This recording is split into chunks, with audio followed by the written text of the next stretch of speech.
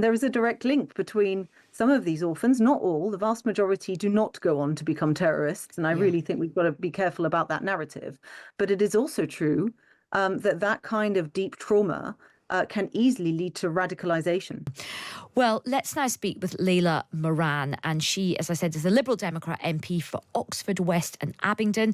And she is also chair of the very prestigious House of Commons Health and Social Care Select Committee, a very important committee because, of course, health and social care is one of the biggest issues in politics right now. She's also the only member of Parliament who has connections with, real deep connections with Palestine. Her mother, Randa, is Palestinian from Jerusalem, and her father, James, is a former diplomat who has worked in the Middle East. Layla, welcome to the show.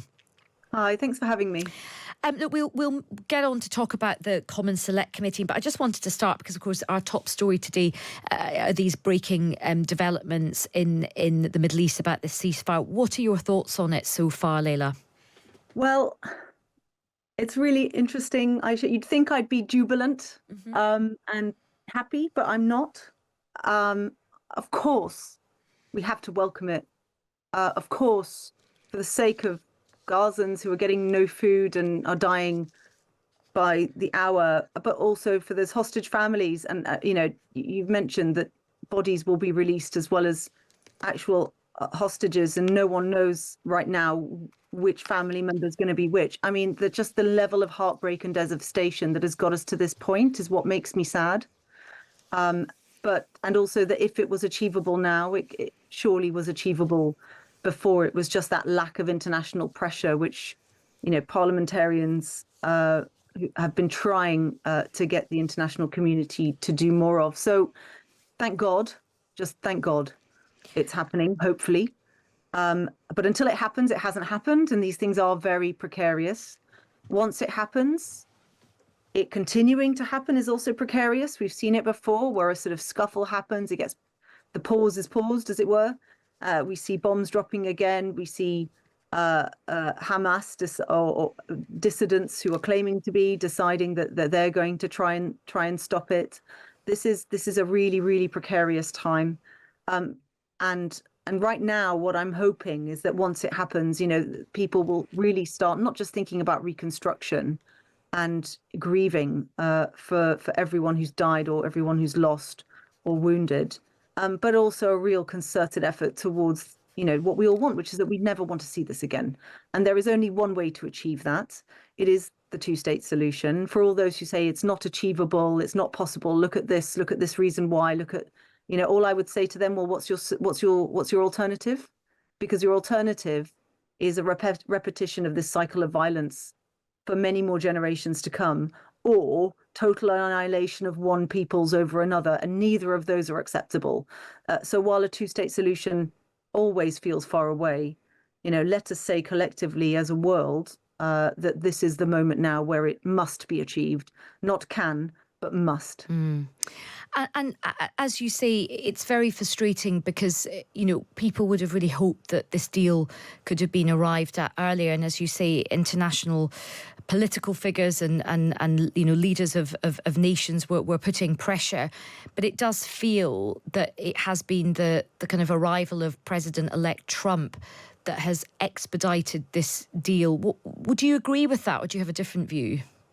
I mean, the timing is what it is, right? And it's a moment where it's the last possible moment for Biden to claim any credit. So it does make you wonder, why did he leave it this long to have whatever he had in the tank? But also it was very clear from Trump's people that they wanted this off their books, at least in its current form, before he entered. So you had the Americans all pointing in the same direction. It's just so frustrating that it's, this could have been achieved so long ago, scuppered for all sorts of reasons, not least because, as we know, there's elements of Netanyahu's cabinet that would never have accepted it.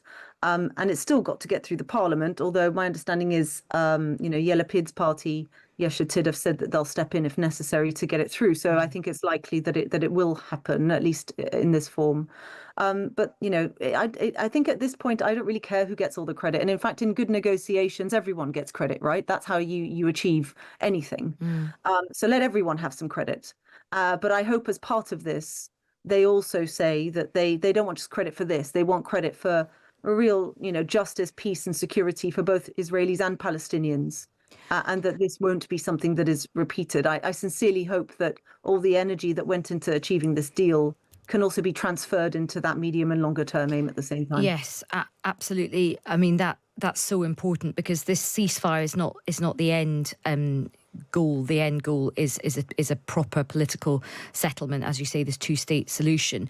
But as just going back, there's obviously so much pain on both sides. The families of the people who were attacked and raped and killed on October the 7th, as you say, very sadly, some of those hostages will not be coming back alive. They will be, bodies coming back.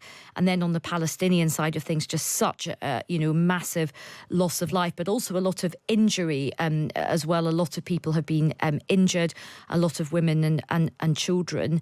How do you think both sides, but obviously your family are Palestinian, how do you think you go around, you can rebuild buildings and infrastructure, which is really important, but the psychological trauma that people have faced, I mean, how do people rebuild themselves psychologically after something like this?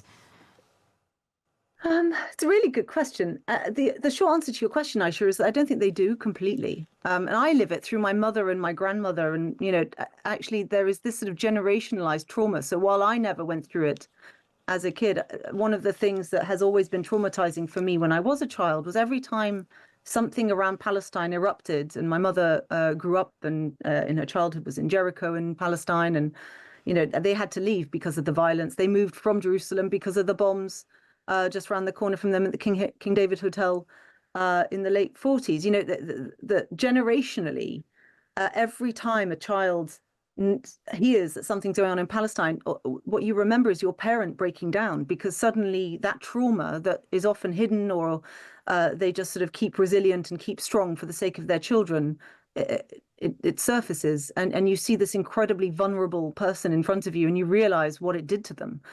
This will continue, and that's if they've got parents to even watch cry, because so many of these children, we know there was a new acronym that was used and is used in Palestinian hospitals in Gaza, which is, child no family left, or whatever it was. I mean, it's horrific, the number of orphans that we have now. And there is a direct link between some of these orphans, not all, the vast majority do not go on to become terrorists. And I really think we've got to be careful about that narrative. But it is also true that kind of deep trauma can easily lead to radicalization. So your question is the right one. Actually, some of this is about the basics. If you give people jobs, if you give people an economy that works, if you give people security, then they won't turn to these things. But you also need more than that. I'm working with a number of organizations. There's one called Think Equal, for example, which is actually operating in Manchester and in Ukraine as well, who have developed toolkits for teachers that they can deliver in nursery settings to try and help to deal with some of these traumas. And so there's a huge effort now. It's not just going to be, as you say, about bread and water and getting to the right people, and about buildings. It's also going to have to be about that. But if you provide security and dignity for people, then they can start to help themselves. And that's what actually is going to be precarious in the medium and longer term. Remember, Palestine is still occupied by Israel illegally. The ICJ advisory opinion made that very clear. We still haven't had a response to that from the UK government and others about what they're going to do. But actually what that says very clearly is you must end the occupation, among other things. So that's a really important step. And then from there, how do you negotiate that two-state solution, which means that societies will be able to rebuild themselves over time democratically? All of this is possible, but it is going to take a lot of support from the international community. And look, last question on this before we move on to health and social care. What do you think comes next in terms of leadership for the Palestinian people? Do you think Hamas will still have a role? Do you think the PLO will come back again and have a sort of resurgence? Is there other fresh leadership waiting in the wings? Sure. We'll have to see. I mean, what I can say is my understanding is that successive polls, and also the same on the ground, I mean, there is no love lost now between Hamas and the Palestinian people. And actually, when it came to Gazans, there wasn't much in the first place anyway, because they were pretty shoddy leaders to begin with, even before all of this. But the patience has been lost, and much of the political leadership has been assassinated.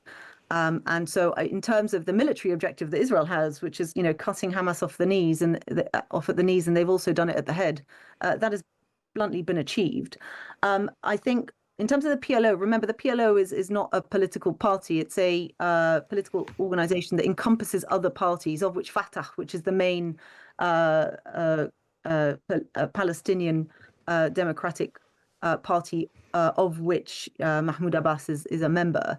So they are, will certainly be a part of what happens next. We'll have to see what's been negotiated, because there'll be elements of governance that will undoubtedly have been thought about as part of that deal. And what everyone's clear about is Hamas cannot be a part of that. I mean, that's just very clear, full stop. So to the very immediate term, yes, there are people willing to step up, and the PLO is willing to step up. They're going to need a lot of support. The longer term, we need elections in Palestine, and we need elections that are free and fair all over Palestine, including in East Jerusalem, which is what was the sticking point before 10 years ago when they tried to have elections. Every single person I speak to in Palestine, there's no love lost between them and the PA, which is sort of the executive wing of the PLO. They think them corrupt. They think they're illegitimate. They want elections, and Palestinians are Democrats, and that's what we want. We want elections. As to who will be part of those elections, I mean, there are all sorts of names that are bandied about. There's a man called Marwan Barghouti who is in jail. We'll see if he's at all part of the prisoner swap, for example. So, but if not him, others will emerge. But let's see what happens from this carnage. I've no doubt that the Palestinian people are perfectly capable of stepping up to the plate, running free and fair elections, and having good leadership. I'm confident that after this, they want to rebuild in the best possible way. But they are going to need the international community to rally around that, because in the past, when they've tried, they have been scuppered a bit by security concerns from Israel, which interfered in that process. And that's just not very helpful. Well, look, Layla, it's been so interesting speaking with you. Thank you so much for your time, and we'll speak to you again soon. That's Layla Moran, Liberal Democrat MP and chair of the House of Commons Select Committee on Health and Social Care.